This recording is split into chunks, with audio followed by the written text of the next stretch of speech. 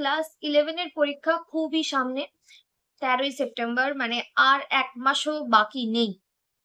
Just কয়েকটা দিন বাকি।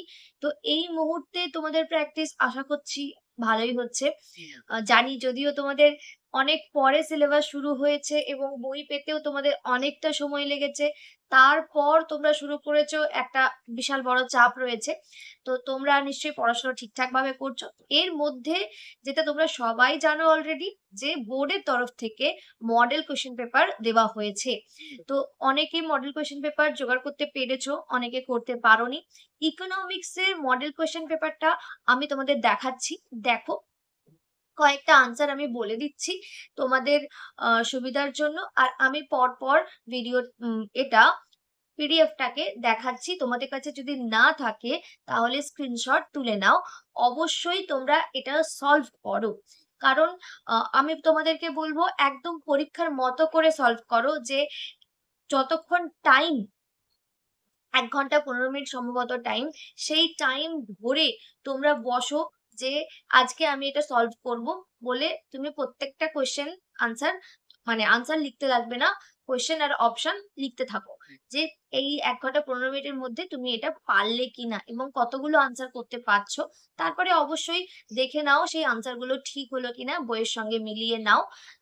আমি তোমাদেরকে কোয়েশ্চেন গুলো দিয়ে দিচ্ছি। যদি তোমরা জোগাড় করে না উঠতে পারো তাহলে তোমরা যেটা করবে যে এই ভিডিও থেকে স্ক্রিনশট তুলে নিয়ে রাখতে পারো এবং তোমরা অবশ্যই এটা সলভ করবে। এই কোশ্চেন পেপারটা খুব ভালো একটা, মানে তোমাদের কাছে এক্সাম্পল যে পরীক্ষা কেমন হতে চলেছে, কোশ্চেন কেমন হতে পারে প্রত্যেকটা সাবজেক্টের জন্যই। তোমরা এই মডেল কোশ্চেন পেপার অবশ্যই সলভ করবে। চলো বেশি কথা না বলে আমি তোমাদেরকে কোশ্চেন গুলো দেখিয়ে দিচ্ছি। দেখো, আমি তোমাদের দেখাই প্রথম কোয়েশ্চেনটা কি আছে। দেখো 1 নম্বর কোয়েশ্চেন। এখানে প্রথমে সাধারণ নির্দেশাবলী দেওয়া আছে। তারপরে 1 নম্বর কোয়েশ্চেন, ব্যষ্টিগত অর্থনীতির বিভাগ কয়ে সম্ভাব্য বিভিন্ন দাম বিভিন্ন পরিমাণ ক্রয়কে বলে ড্যাশ। এটা কি হবে? সম্ভাব্য বিভিন্ন দামে বিভিন্ন ক্রয়কে বলে ড্যাশ। এই উত্তরটা তোমরা অবশ্যই আমাকে কমেন্ট করে জানাবে। দেখো আমি সবকটা আস্তে আস্তে দেখাচ্ছি। এখানে 1 2 3 আছে।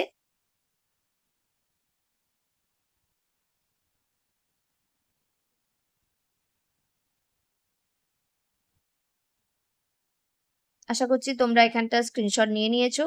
তারপরে দেখো এখানে 4 5 6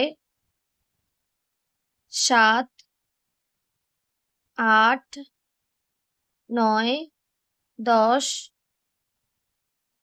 তারপর একসঙ্গে দেখে নাও এইগুলো, এটা তোমরা একসঙ্গেই স্ক্রিনশট নিয়ে রাখো। 11 12 13 14 15 এইদিকে, আর এইদিকে 19 20 21 স্ক্রিনশট নিয়েছো আশা করছি। তারপর দেখো এইদিকে 14 থেকে 18, ওইদিকে 21 22 23। তারপর দেখো পরের পেজে চলে গেলাম, 24 25, আর এইদিকে ডান দিকে 28 29 30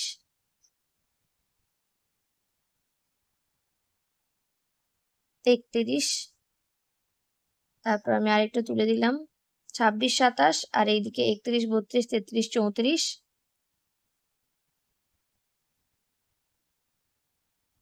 তারপর দেখো 35 36 37, 37-এর হাফ আছে এখানে।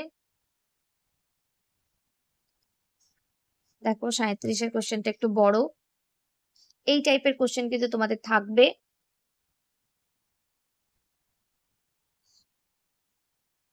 38 39 40। দেখো 40টা কোশ্চেন আমি তোমাদের দেখিয়ে দিলাম। তোমরা আশা করছি স্ক্রিনশট নিয়ে নিয়েছো। এখানে দেখো আমি কয়েকটা কোশ্চেনের আনসার বলে দিই। সম্ভাব্য বিভিন্ন দামে বিভিন্ন পরিমাণ ক্রয়কে বলে, সম্ভাব্য বিভিন্ন দামে, বিভিন্ন দাম বলেছে, আবার বিভিন্ন পরিমাণ ক্রয়। এইটা যদি একটা তালিকার মাধ্যমে প্রকাশ করা হয় তখন তাকে চাহিদা তালিকা বলা হবে। কিন্তু একজন এখানে বলে দেয়নি যে একজন একটা তালিকায় প্রকাশ করা হচ্ছে সেটা কিন্তু বলে দেয়নি। বিভিন্ন দামে বিভিন্ন ক্রয়কে কি বলে? এটা একজনের চাহিদা বলাটাই ঠিকঠাক। তারপরেরটা দেখো, চাহিদার নিয়ম নিম্নলিখিত কার সঙ্গে সম্পর্কিত? এর উত্তরটা কি হবে? অপশন সি, একটি পণ্যের মূল্য এবং পরিমাণ। ৩ নম্বর বলেছে চাহিদার পরিবর্তন বলতে কি বোঝায়? চাহিদার পরিবর্তন বলতে এখানেও কিন্তু অপশন সি, একটি দ্রব্যের নিজস্ব দাম ছাড়া অন্যান্য নির্ধারণকারী বিষয়ের পরিবর্তনের ফলে চাহিদার পরিবর্তন। আমি ৩টে কোয়েশ্চেনের আনসার তোমাদেরকে বলে দিলাম। তোমরা অবশ্যই অন্য কোয়েশ্চেনের আনসারগুলো সলভ করবে। আমি ইচ্ছে করেই বলছি না, তার কারণ তোমরা না হলে শুধু ওটাই মুখস্থ করবে।